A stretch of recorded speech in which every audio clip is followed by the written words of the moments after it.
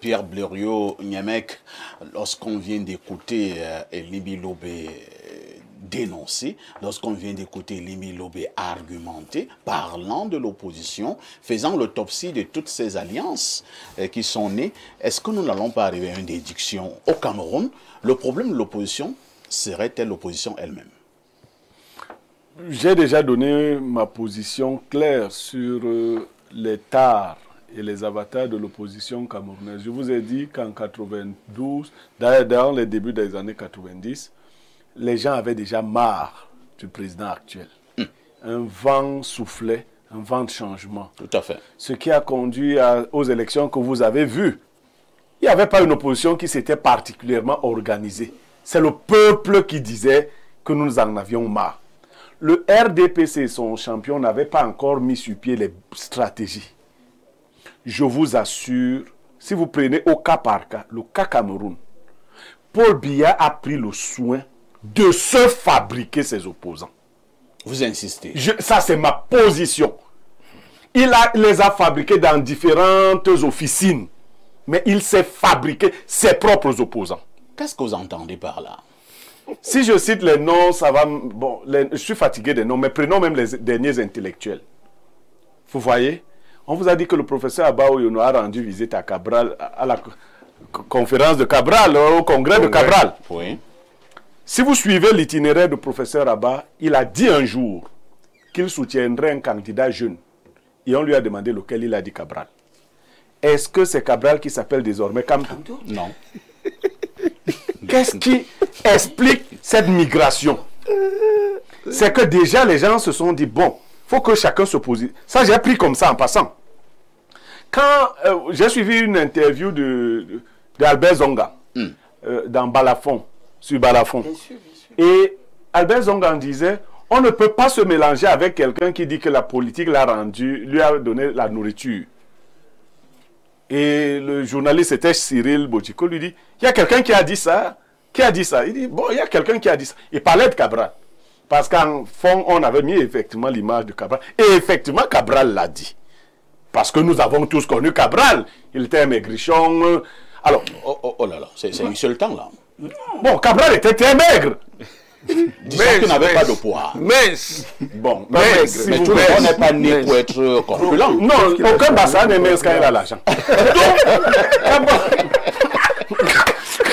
Cabral était comme ça. Et puis, comme vous dites qu'il n'est pas né pour avoir du poids, après il a eu du poids. Donc il était né pour avoir du poids et il n'en avait pas. Vous voyez, ces mutations-là vous amènent à comprendre que la stratégie RDPC a bien fonctionné. Après ces insultes-là, on vous dit, bon, quand on veut faire alliance avec Cabral, non. Ces gars, je vous dis, personne ne veut faire partie Paul Biya. Personne. Ni les Anissé Kane est fatigué du combat. Dans les Arrêtes, fatigué du combat. Arrête a été une très grande opposante. Ça n'a pas donné. Et ils se disent que le temps est aussi arrivé pour... Mais bien sûr! Et Libino, tu n'as pas compris. Tu étais dans un problème dans cette alliance. Parce que quand toi tu arrives là, tu ne comprends pas que les gens ont déjà compris. Toi tu es encore en arrière là, tu viens avec tes... Les grandes idées. Les gars ils disent que non. Il faut enlever vite le type-ci. Il va nous brouiller le message. Il faut faire des groupuscules et bien va récompenser chaque groupe. Ah bon? Mais c'est ça! C'est ça la stratégie. C'est ça la stratégie. Les gens vont en campagne. Tous ceux qui vont là savent qu'il n'y aura rien. Mais ils auront des dividendes. Ils ont même leurs appuis dans le parti au pouvoir, les ministres qui les soutiennent. Mais lorsque vous dites également ça de manière aussi froide, Pierre Blériot, est-ce que ce n'est pas aussi de nature à refroidir, excusez la tautologie, ce grand peuple camerounais, une bonne partie qui aspire au changement? Vous voulez que moi, Niamec, j'associe ma voix à la fourberie? Les informations que j'ai, le peuple ne les a pas. C'est-à-dire, quelqu'un te posera dans une autre question. Blériot, donc selon toi, il n'y a personne dans l'opposition? Si. Non, attends. Parfait, c'est pas ce que je dis. Je dis que l'opposition visible est celle que Paul Biya lui-même s'est fabriquée avant. Il a pris le soin. Attends, je prends une autre candidature. Quelle est l'opportunité de la candidature de Valère Bessala? C'est un Camerounais. Ah d'accord, il suffit d'être Camerounais. Vous voyez donc, est-ce que Diomaye Faye et Sonko ont dit que nous sommes juste des Sénégalais? Il y a eu un travail de fond qui a été fait et ils ont vu là où l'orientation allait. Je vous ai dit qu'il était Valère dernièrement pour Cabral, non? Oui. Vous avez dit que c'est Valère qui a pris la dot de la femme de Cabral. Quelle est l'opportunité? Vous pensez que tout ce que Valère Bessal a fait sur les plateaux de télévision, y compris sur ce même plateau, puisque j'ai l'habitude de le recevoir sur ce plateau, il fait juste de la comédie? Valère Bessal a été un monsieur intelligent. Très intelligent même, j'apprécie. Mais je dis, il ne fait pas de politique politicienne. Il ne s'est jamais tracé pour lui-même un itinéraire pour être chef d'État. Vous vous appuyez sur quoi? Sur ses propres déclarations. Il a dit que le mouvement Jouvence n'était pas là pour présenter un candidat, mais pour porter tout candidat qui pourrait. Et quand on lui dit quel est le meilleur candidat de la jeunesse, il dit que c'est Cabral Libi. Il joue donc à quoi? Mais maintenant, lui-même est candidat. Mais si Cabral est le meilleur, lui, il est là pourquoi? Alors, c'est ça. Ça, c'est pour embrouiller les Camerounais. Je dis que la politique va commencer. Ce que vous êtes en train de dire là, Oui. Blériot, ça peut faire en sorte que un de ces candidats passe encore en route là. Le peuple peut s'en prendre à lui. Hein. Moi, je m'en fous quand ça Parce que vous êtes en train de mettre des idées dans la tête du peuple camerounais.